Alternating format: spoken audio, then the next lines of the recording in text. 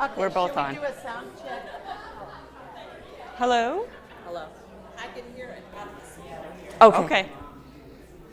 We're behind the speaker, That's- so I'm like, I don't know if can't. I'm All I can really- hear is regular voice. Oh, nope, getting it from there. I can hear it now. I can hear Okay. the echo of myself. Perfect. Okay. Yes. Okay.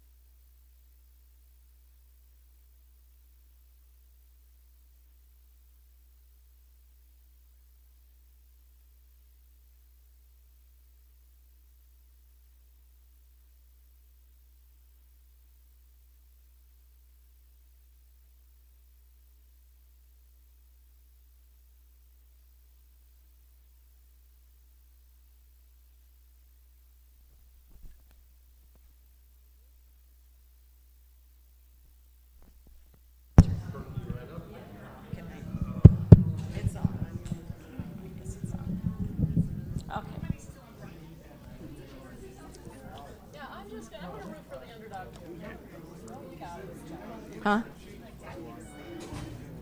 Yeah, we probably should get started.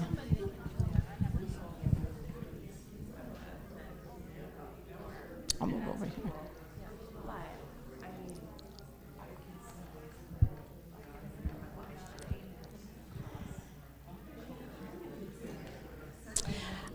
I think we'll go ahead and get started. I know that there's people will be meandering in because church was late because of communion. But welcome anybody online that is watching this. This is the third class of 4 on being good stewards of our earth and, like they said, being a good neighbor. And we're all in this together. So Emma is back and Julie Swanstrom is back. And so I'll just let them take over. All right, so our idea for this week was that we might try and take a visual tour around the property, and then we might talk about priorities and principles that you would like to guide any sort of action that the church might decide to take about trying to enact those sorts of ideas that we talked about last week. It is a very Jesus-y thing to care for the environment around us because all of those elements are also our neighbors. So what would it look like in particular here in this space if we tried to be a little bit more attentive to our neighbors around on the outside of the property too? So primarily Emma, but I helped a tiny bit with this, and we used a map that Judy drew. And what we did is we shaded in some of the areas that are full sun, partial sun, shade, full shade, and we noted where there are trees as well. So what we're going to do is we're going to pass out handouts, and we also have pencils. Sorry, I spend too much time with my kids. You can take whichever color you want to.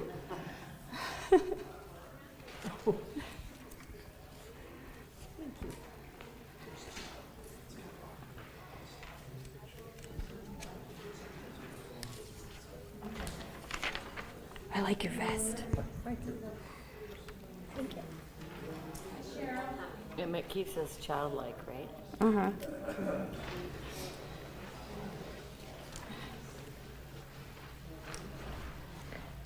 And I can just take, okay, there you go. We got it down to one hand bunch of pencils. Where are you going to sit? So for those of you who may be streaming in or might be watching later online, what you can do is you can email Judy, and Judy can share this particular handout with you. We also do have the contents of the handout right now up on the screen, but that doesn't look like it's on the streaming content at the moment. So, Oh, it's not streaming? well, the streaming from this monitor looks like it's on us, not that. That's all. You'll get a picture of it. Here you go. So here's the big idea. The big idea is we live in space. And what Emma and I have tried to provide you with is we've tried to provide you with what your space looks like in terms of sun levels. Because when you're trying to plant plants, sun levels, along with soil, so like acidity levels, and things like water access, are some of the big things for us to keep in mind. So that's why we went ahead and we started with this. So my idea was that maybe what we would do is we would preview for you some of the questions we'd like you thinking about, and then we would go through a tour around the property in terms of pictures. So we won't make you get outside and walk around. It's a little bit chilly today. And you have a big, beautiful property, so it's a bit of a hike. There's an elevation change as well. So, Emma, why don't you show us what some of these questions we have are? So we started just with, when you're going to do something, you should think about what your priorities are, why you're doing what you're doing. So we need to be thinking about what are the first steps we should be taking, what are things that need to be addressed sooner rather than later, and how big or small these are. I do have a document that I will pull up later, so when you all have ideas and we're chatting, I will be writing these down. So we're not going to talk about it and then leave. We will be keeping a track of all the ideas we come up with and sending it to Judy so that you all can remember what we collectively talked about. Additionally, there are some principles in working with the environment. Why are we interested in working with the environment? We've touched on a few. We've had, the flooding last year, and we want to be courteous to both our human and non-human neighbors, and that's what we're trying to do here. How do we go about doing that? What are the best ways to do it? And again, we'll be writing all these ideas down as well. So, like I said, some of them are providing for our neighbors, making spaces to be engaging and interactive, so bringing all generations together for this progress. Trying to reduce turf grass. In some areas, turf grass is not the best option for maintaining a good environment, a good ecosystem, and not having to worry about it flooding away from you. So where are those spaces, and what are small first steps to get going on those processes? And when we're thinking about reducing turf grass, I find it really helpful to think in terms of literally like small spaces. Whereas like one small area, maybe instead of grass, we could have something else. And again, the something else doesn't have to be disorderly. I showed you orderly and disorderly pictures last week. Disorderly is my thing. That doesn't have to be your thing. So we can keep it to be much more professional looking than what some of those were like. But you all had a really strong response when we were talking about milkweed.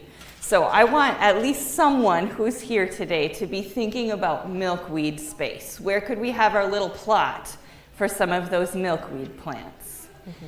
So one of the things that Emma and I noticed when we got outside and started walking around, and we are less familiar with this property than you are.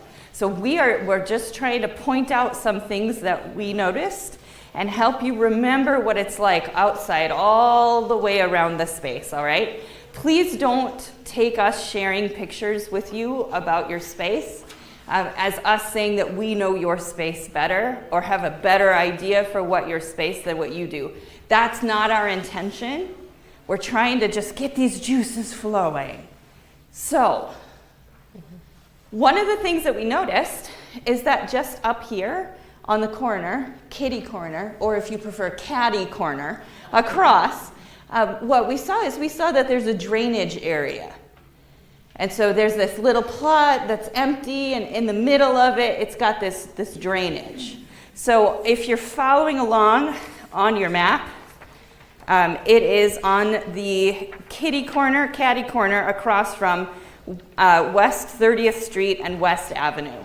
So if I hold my map like this with a key here, it would be this spot right here. So that's kind of where we start to get a bit of a downward slope toward West 30th. So the reason we're pointing this out is that if the city has put in a drainage area in that space, that suggests to me that there have been some particular and peculiar flooding events. Am I right? Okay, so some of you are nodding yes, some of you are like, I'm not exactly sure. So let's go with yes as the basis there, which means that because this building is set up on the hill and there's a little bit of slope down this way and a little bit more slope down that way, your neighbors across the street on West 30th may have things to tell you. They maybe even have things to tell you that you don't want to hear. Because there may be water coming down the property that may be impacting them in some way. So what I noticed when looking at your property is that you have this lovely shaded area here between your parking lot and where West 30th is. So I'm wondering if that might be an opportunity to kind of help build in some sort of buffer to help your neighbors in the event of significant rain, where the rain kind of starts to come down the property. That seems to me to possibly be a neighborly place to start, just because of the lay of the land. Well, it's sort of twofold. What we need some plants that want to soak up that water. So as it hits the soil, we want something to be happening other than it just hits the top and it runs down. And we also want something that's going to help mitigate that parking lot, because you have a slightly sloped parking lot. And what happens to rain when it lands on a parking lot? It runs, because there's nothing at all to interfere with that. So we're just thinking, how can we make sure that we're trying to interfere? So this is the thing, you want to interfere with rainfall. So one idea might be to think about how can we interfere with rainfall. We did notice that in those heavy shade areas, it's mostly topsoil. So what could we find that grows in full shade? Because if you can find something that grows in full shade, and there are also some pine trees out there, so a little bit of acidic soil, that would be something that could be quite neighborly. Otherwise, you might have topsoil escaping and then down and into the street, and then it might be interfering with your neighbor's experience of your property, your human neighbor's experience of your property. Thoughts? Responses? Oh yeah, we have a microphone today. Are you going to suggest what types of plants might grow in full shade? I have a list, and also I suggest you ask Dr. O'Hara next week too. I'm more the concepts kind of person, and he does concepts and knows like plants. He's a fun guy to go on a walk with, but make sure you budget extra time. Because he's going to stop and identify everything, right? Yes. Right? We've gone on many a walk. It has never gone shorter than it was supposed to. We have a need for the microphone. here. Between, is that, okay, I couldn't remember if we had a sidewalk there. There is a Okay. sidewalk, yeah. So, topsoil running over it. oh, okay, Yep. so yeah. If you go down there, you'll notice that there's refuse from the trees, there's bark, there's dirt, there's no grass. Yeah. Yeah. And because of that little slope, it is indeed washing. It's washing some. It's not like a tsunami event of dirt. I was just wondering, some of the things you suggested are used on that lake thing that you did. Would they be practical? Yeah, so the thing is, you helping to cover that dirt would be highly, highly useful. What they did around the lake is they used wood chips as mulch, and then they planted within that mulch. However, this may not be the perfect area for mulch because of the slope and the drainage. You're hearing me, right? You have anything you want to say to the class about why that might not be an ace idea? The chips are gonna float away. The chips are going to Chips are float gone. away. They'll be out of there before you know it. Yes, they will. So, something that is a little bit more sustainable and a little bit more stable might be something like rock cover. Now, that is a little bit more expensive option. Okay, no, because of the size of the area, I'm just going to say that's a more expensive option. However, usually when I talk about rock cover with people, I ask, do you like weeding? And we've been down in that area, and while I cannot make promises, I can tell you there's not a lot that felt like it wanted to grow on that ground right now. So weeding may be far less of an issue if something like rock cover was added. And rocks won't float away. Not the kind of rocks we would use as rock cover. My kids wanted me to say that. Are you able to put, like hosta there? That's a great idea. You Is know, this going to be a because place? hostas grow in shade really do. well, and you can put the plant in and put the rock around, and it does great. At least So- it does at my house. Good. So that might be something where what we want to check before we put hostas in is we want to double check whatever that soil pH is, because maybe things aren't growing because the soil is too acidic. And I'm just saying acidic because that's a common issue in this area. I was just going to say, if you have hostas, you got to watch out for rabbits, because I have hostas and they chew everything down. Or you could just go into it knowing you're planting the hostas, and part of the hostas are going to be a gift offering to the rabbits in the neighborhood.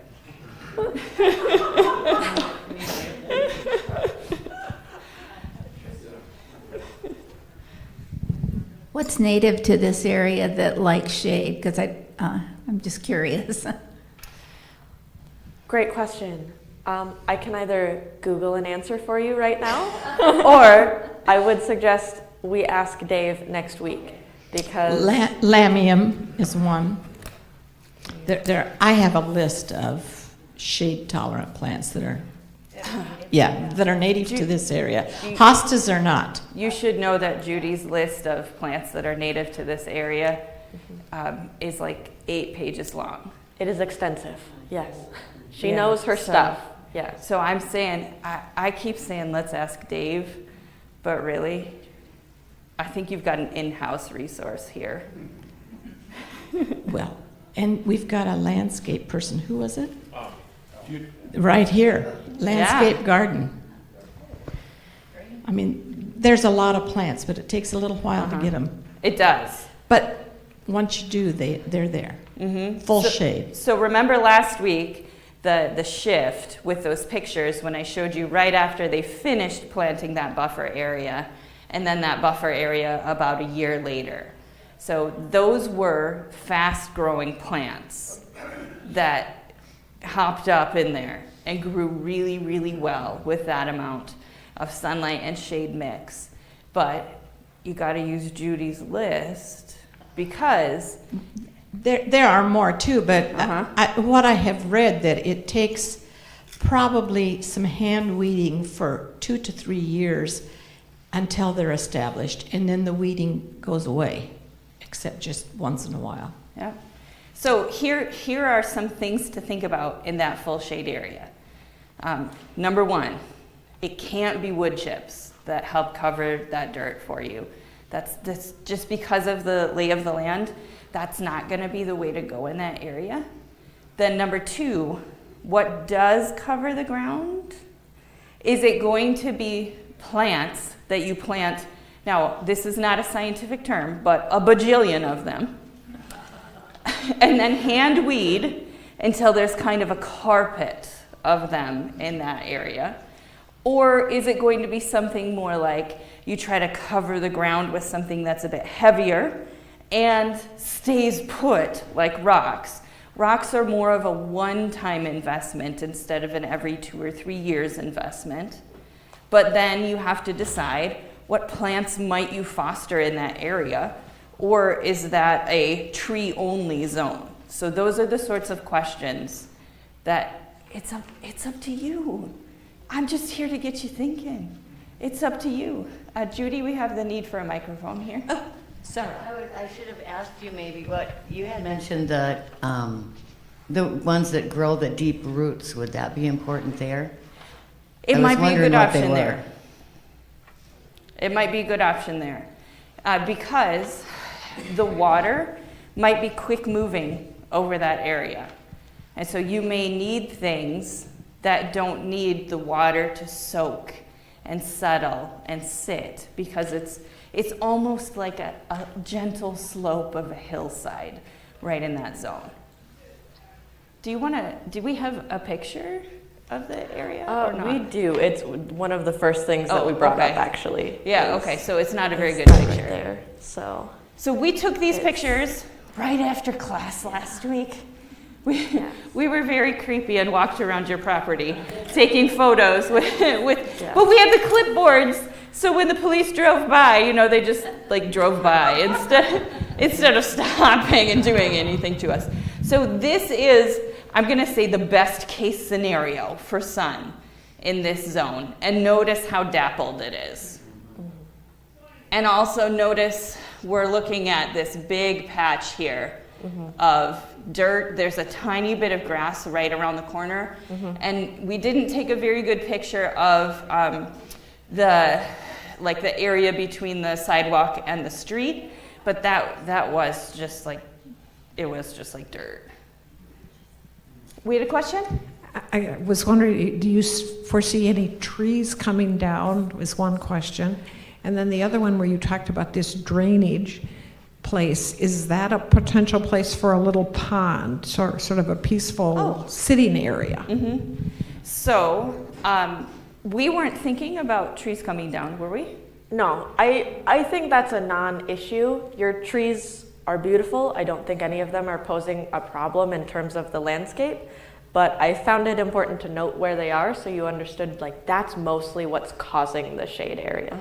And that's fine, just is gonna influence what plants we decide to put there. Because a lot of the time when we're planting around our own houses, we choose to plant in full sun areas. And so a lot of us are only familiar with full sun or at least part sun plants. Who's So- having that issue right now?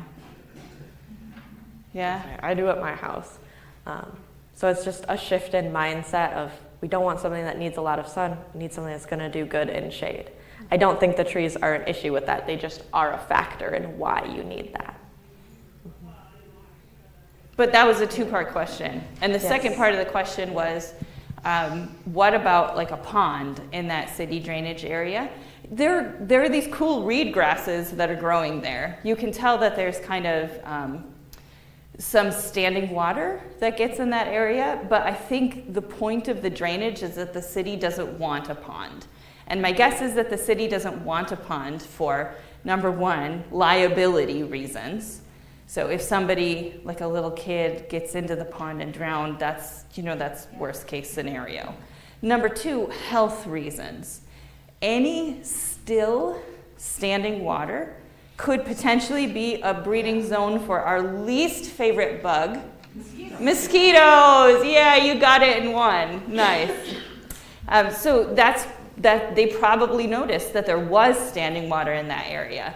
And then they took action to try to eliminate as much of the standing water as possible.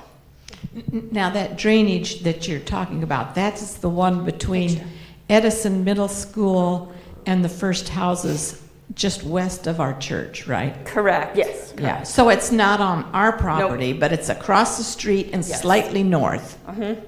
But that's the thing.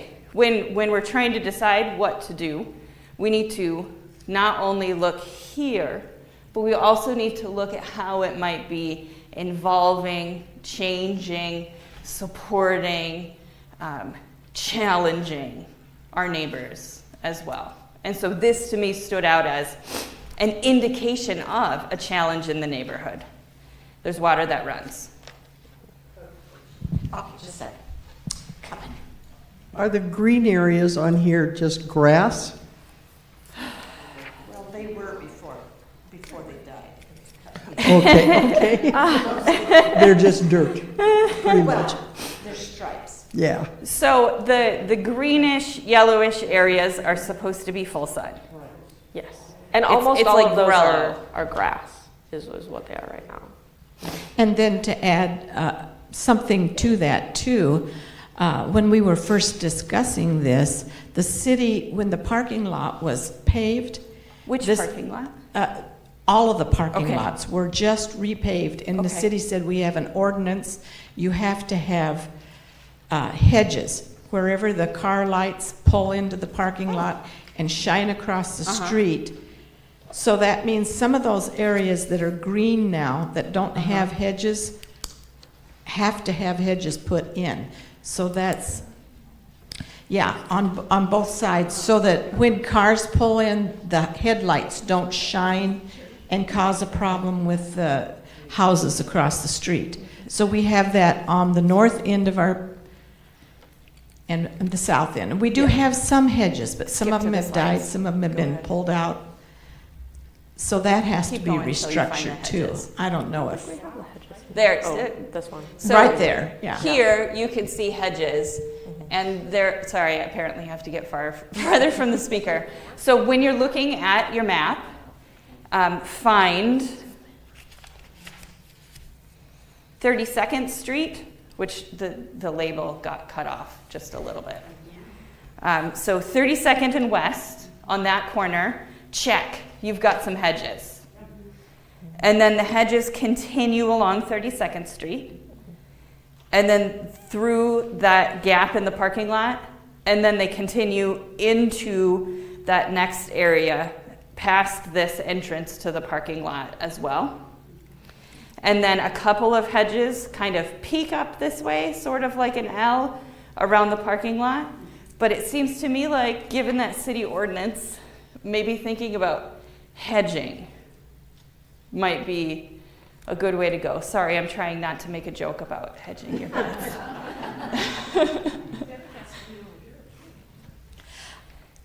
I don't know about that. We'd So the have to have an question- engineer from the city tell us specifically, and maybe they already have, but Yeah, so the I'm question not is, privy what about to those that. shady areas? Did I get, okay. So the question is, what about those shady areas we were just talking about? Do we need to have hedging in those areas? If we do, well then we need to find hedges that love shade. Because that may possibly be an issue. Because if the city has an ordinance, but your current layout makes it impossible for it to follow that ordinance, I mean, I sure would hate it for the city to say something to you like, hey, you've got 1, 2, 3, 4, 5 mature trees that have to come down because instead you need hedges. Or maybe some sort of fencing. And then you run into like the regulations about fencing, so it'd have to be like a 4-foot fence, and you'd have to decide where to put it, closer to the parking lot or closer to the sidewalk. But that could potentially be an issue. Landscapers, any advice here? Any experience with this? I found in my life that sometimes it's easier to ask for forgiveness than permission. See, I call this prairie dogging. Sometimes you have to ask. Why have they not said anything before? So So I'm not certain that's a big worry. sometimes you got to think like a prairie dog. Do you really want to be sticking your head up right now? But this is being recorded and broadcast, so maybe this is. We mean nothing whatsoever about potentially violating any ordinances deliberately. It seems as much as the city is promoting, planting trees, that they certainly would not have you cut down trees for a hedge. I think it's basically the front parking lot, Okay. where the houses are right across the Right. street. There might be enough of a buffer over there because there's enough land on the north side. Well, there is this whole buffer, whereas there's a little bit less buffer. It may possibly be grandfathered in, that's right. And, maybe a conversation with your neighbors about across the street and ask them, hey, are we bothering you? And if so, in what ways? And if so, what would take care of that? Those conversations, sometimes you get information you wish you didn't know. But sometimes you get information where you're like, yeah, we can deal with that. We can figure something out. And then who's the good neighbor? It's you. That's who's the good neighbor. She and I were just talking that, she said, well, how often is that north door used, or how often is that parking lot used? We now have to think about the Covenant Center has been turned into a basketball court. So we will have more traffic because of that. So let's say you did something like, go ahead. Except for winter, that's mainly daylight hours that's used. So in winter, it's daylight hours that's used. In winter, Except for winter, when the sun sets. when the daylight hours are less, then we've got more of an issue with something like headlights. Listen, let's just pause for a moment and think. How many of you have been churning these ideas through your head on your own? Judy, raise your hand. Isn't it great that we get to spend this time thinking together about how our property use might be impacting our neighbors, our human neighbors, our non-human neighbors? These are fabulous ideas to be thinking. Notice how it opens up a whole new set of concerns. But that doesn't mean that we have to be wary of these things. Let's embrace these concerns as problems we can solve together, and we can be better neighbors because we're thinking about potentially putting a little fence here to help block the my goodness, headlights have gotten so bright, potentially blocking those sorts of things. So what do we do with our fence to make it a happy fence? A mural. Ooh, I love it. What if we put a mural on the fence that would help it seem less like a barrier and more like an invitation? And I think maybe letting your neighbors in that area know we're putting up this fence to try to help block what may possibly be bothering you, that makes you seem proactive. Like, this parking lot is going to be used more, so we're putting up a fence here. And we're going to paint it because we want it to be pretty. That makes you look good to people who maybe you haven't had a relationship with yet. I like that idea of talking to the neighbors too. So That house right here on the Yeah, so liking the idea of talking to your neighbors just as a new kind of model, right? Like, let's talk to our neighbors about what needs they might have. And notice, we're not talking to them specifically about Jesus, but it's not about Jesus either, right? You don't have to say the word Jesus to be neighborly in a Christian sort of way.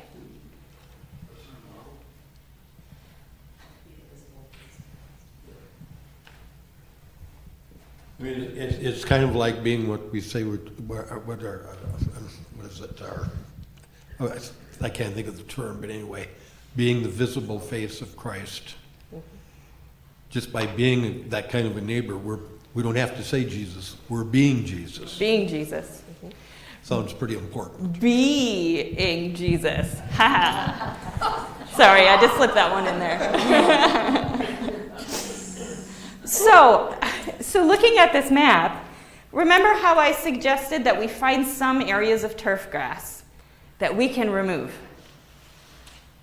without feeling like it's any sort of burden? Can you identify on this map any turf grass that might actually be annoying for somebody to take care of? This little strip that runs right between the east and west parking lot, the grass doesn't want to grow there because it's such a little narrow strip. The security lighting is there. Okay. So whatever we do, we have to. It has to be low. Okay. Okay, so no sunflowers. No milkweed. Well, how low In does it that have to strip, I was be? thinking of that. Does milkweed count as low? I just wanted to point out that that's where the posts for the lighting, the security, the posts are there. And so we can do whatever we want with that space. Okay, so need to be aware of, so we need another map, and the other map needs to include things like utilities.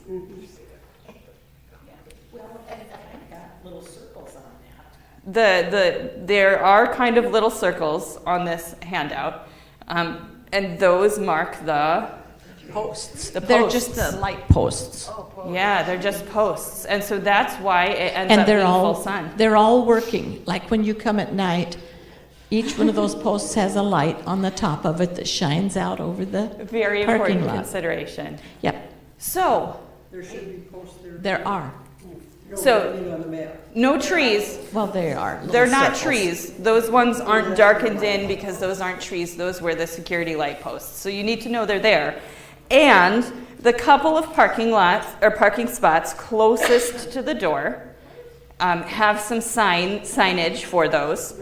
So you should probably think that about 1/3 of that needs to be really short. So your posts were kind of short. They were only about this tall.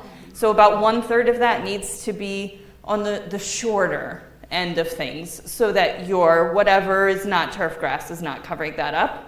But honestly, wouldn't it be amazing if some of this, and you could do something like divide it into thirds and put maybe some brick down so there's actual division.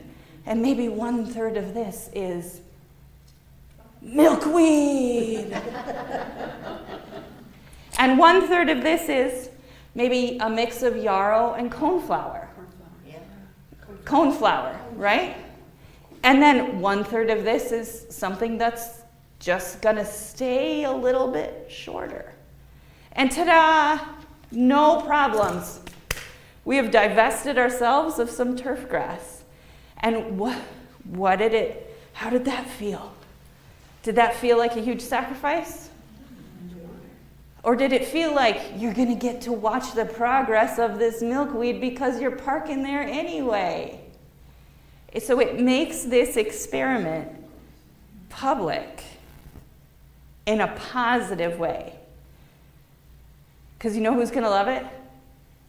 The kids. You know who's going to love it but not want to talk about how much they love it? The teenagers. It's what you do when you're a teenager, right? You can't admit to loving things. So we also thought that that might be an area to think about. Thoughts, responses? The only thing I thought of that came across my mind, and I have to say it before I forget it, because I do that a lot. Oh, please do. We have to keep in mind, too, the snow removal in the winter time, and that's what caused all the parking problems, which caused bringing in the civil engineer, which caused, and by the way, you don't have hedges, because the snow is pushed up against one area, and it's set and went down and degraded the... Where? Where does the snow go?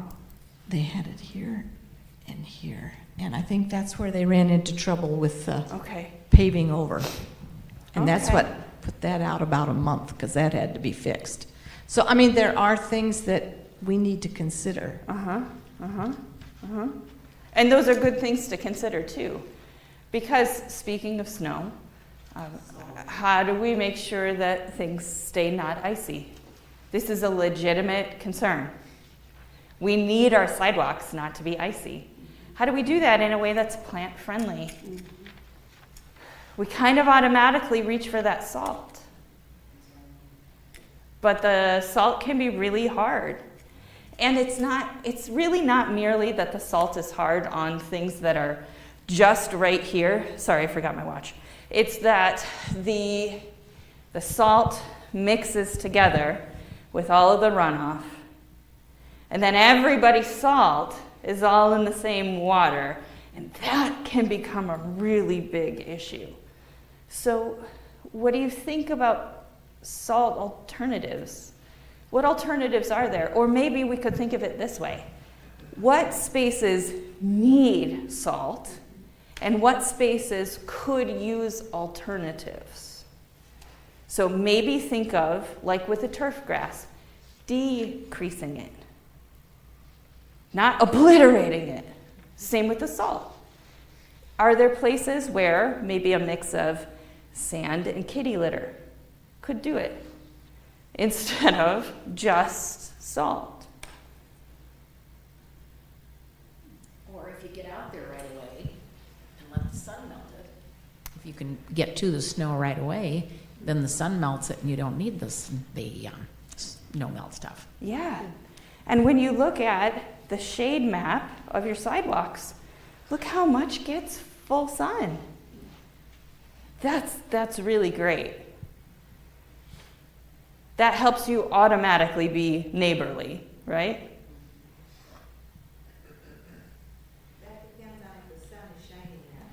That depends on if the sun is shining that day. Totally fair consideration. We weren't talking about the wind, were we? So it's not something we can absolutely count on in South Dakota. So notice these considerations about this space that some of you have inhabited for some time. Some of you are maybe newer here. But these considerations about this space, it opens up a whole new way of trying to embrace those around us. So, any other areas on this map you'd like to zoom to? Because we spent a bunch of time talking about the shady part, kind of on the north end of the lot.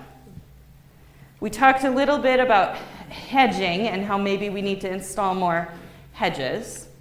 I would suggest we consult with Judy's list, maybe, and look for some maybe more native plants or relatives of native plants. I noticed that over here by the door, you have this lovely area where you've got some roses and some salvia. That's great. Bee friendly, right? So that's really nice to see.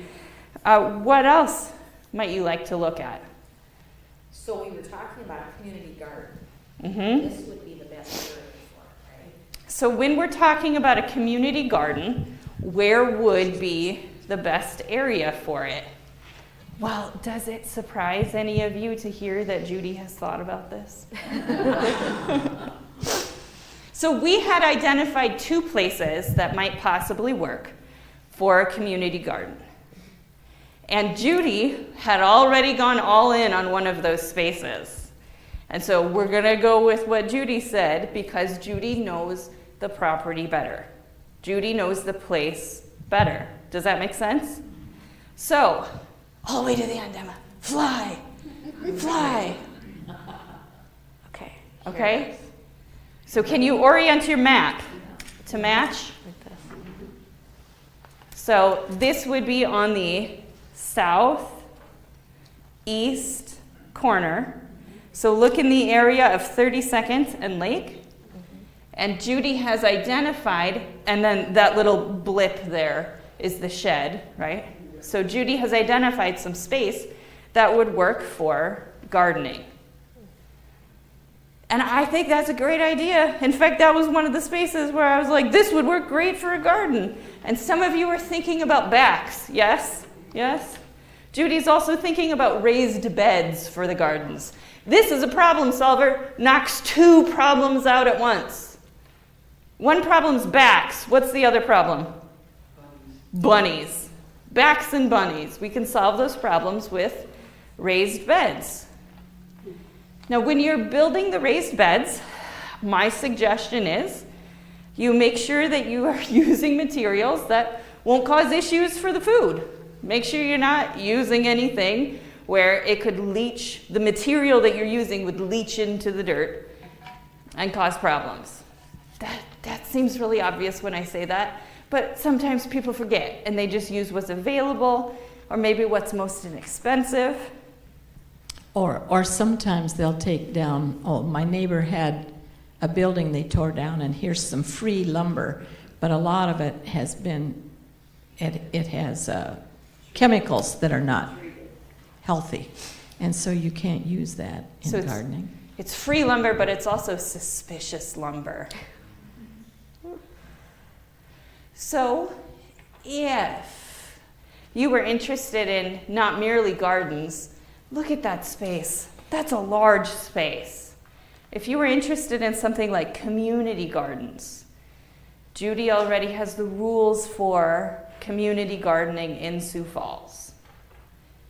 And so there may be a way for you to have buy-in from people in the area who want to use your garden space. That would mean that there's space that you were making and then making available to others. So you're not completely responsible for weeding it, you know? That's nice.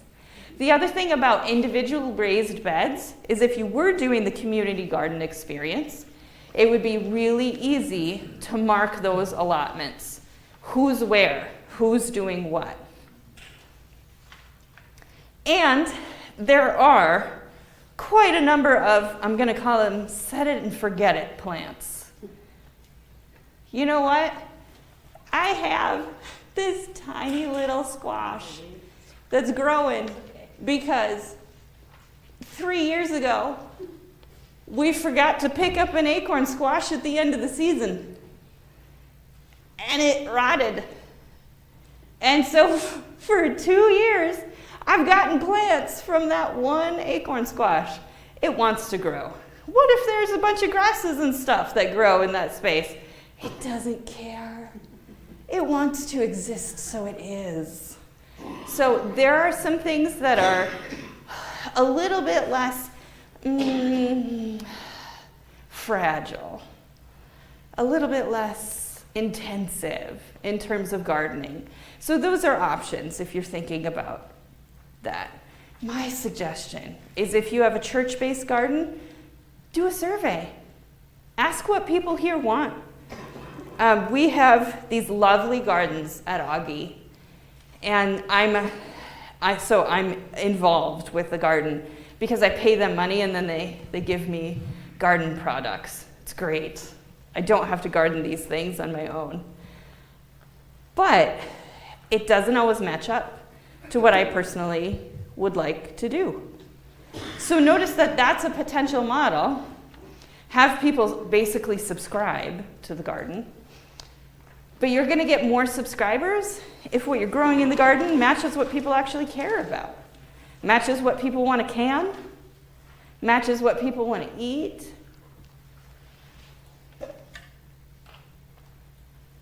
Other thoughts? Other areas? I've got one more area I'd like to point out, if nobody else points it out.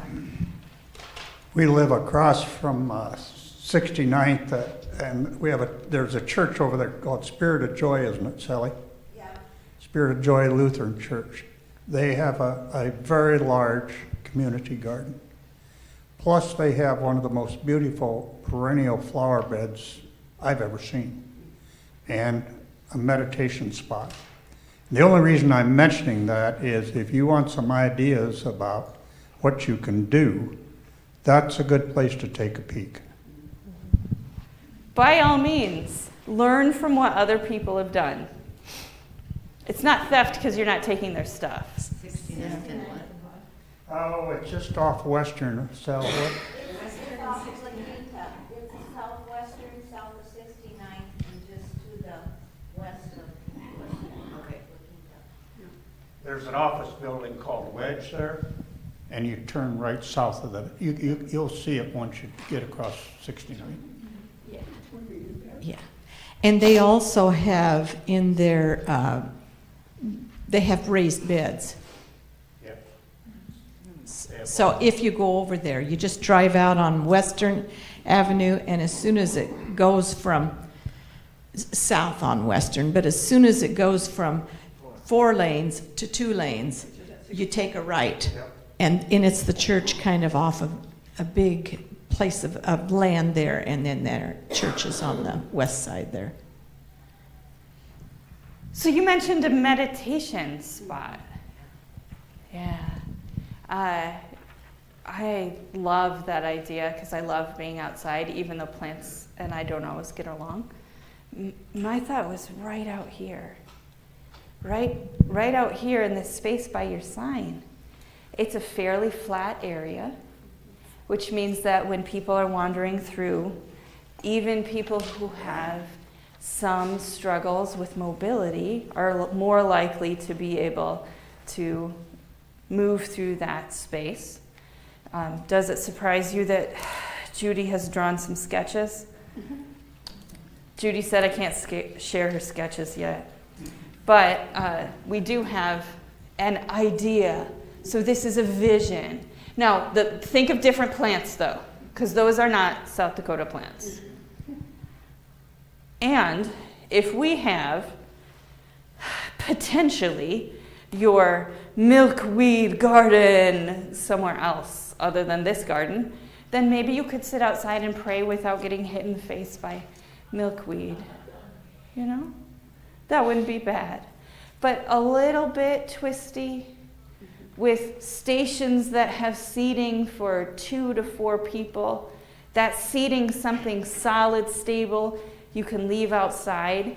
Maybe that's what we use your neighbor's lumber for, is to build some benches. I bet there's some people in this church who know how to build benches. I bet there's some people in this church who would love to learn how to build benches. You could use it as some sort of apprenticeship model for learning. And something where, just right out here, right by your sign, right by your front door, be very easily accessible, it'd be very, very open, and longer term, you know what would work right around that corner?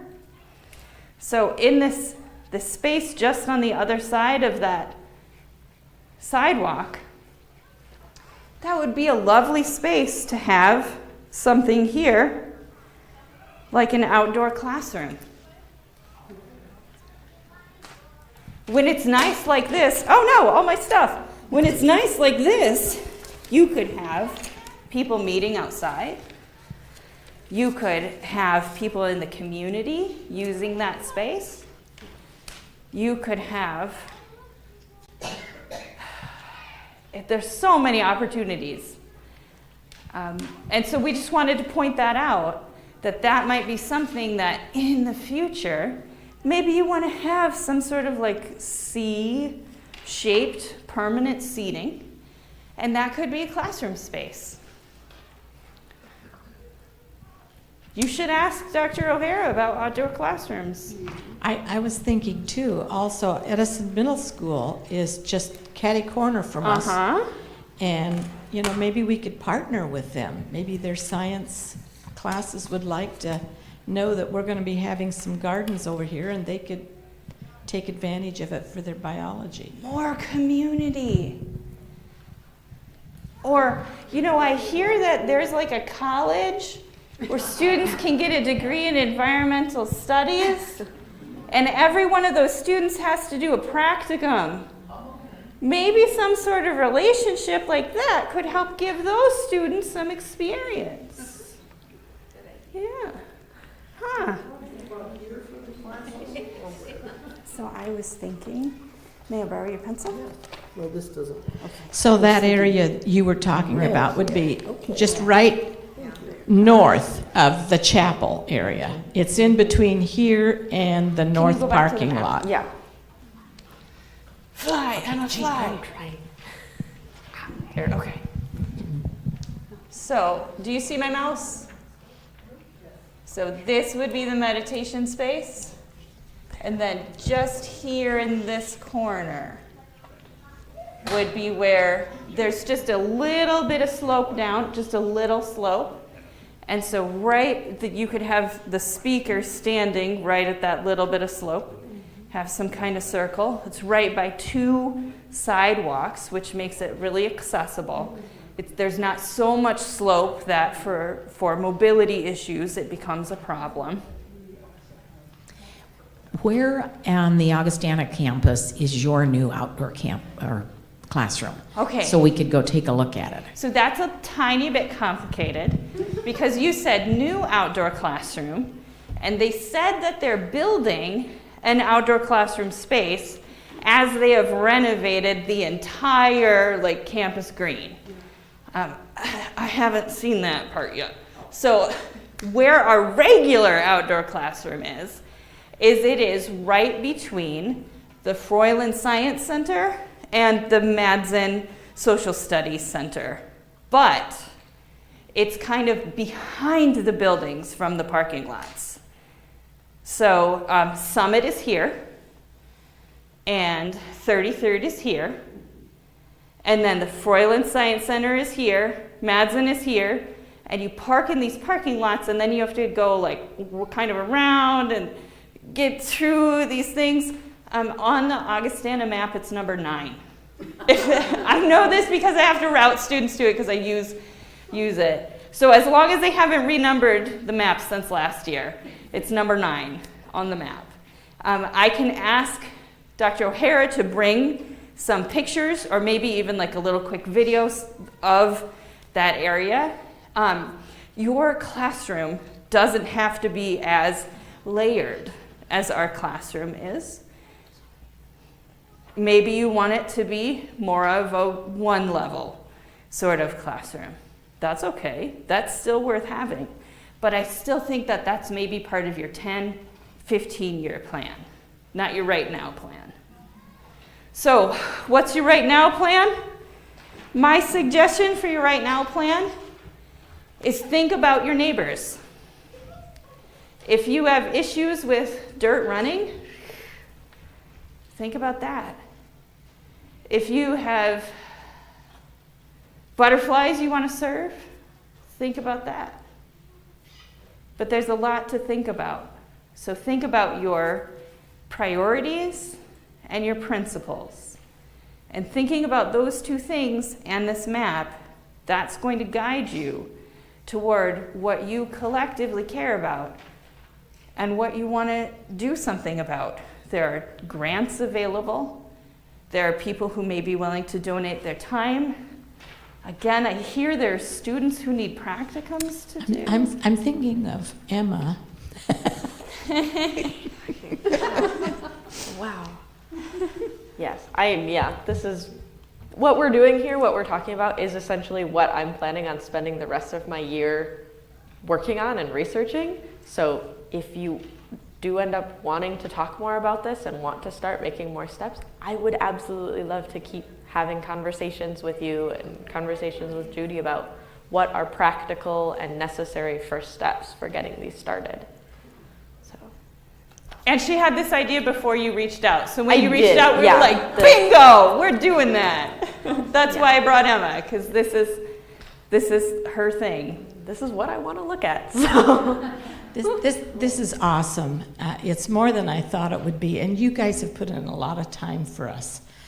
And so we want to thank you very much, Dr. Swanstrom and Emma Sieverling. And next week we will have Dr. O'Hara back, and he will kind of pull this all together. So bring your questions for him. Bring your priorities. Bring your principles. He's going to watch this, so he's going to know what we've been talking about. But thank you so much for letting us come. And I hope we haven't felt like guests who are coming and telling you what to do. I hope that we've been able to help you think about things that matter to you and help embrace this lovely, amazing space that you have. And I just think that probably everybody that leaves today will get in their car, and I would encourage you to drive around the building and just look. Sometimes we just drive here and we know which door we want to go in, and we just don't pay attention. There are a lot of areas out, and what kind of green spaces do we want for our children to play in? And we have a lot of things to think about, but the more input the better. And I know that we have people in the church that would be invested. They're not here today, but encourage them to go on the church app and listen to these last 3 weeks and think about it and give us all input. So you'll be hearing more from a newly formed green team. We haven't met yet, but we will be. And so you'll be hearing things. But if somebody says, "What is this?"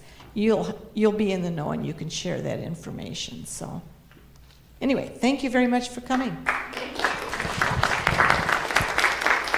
Yeah, I can help collect your pencils so you don't have to head up to the front.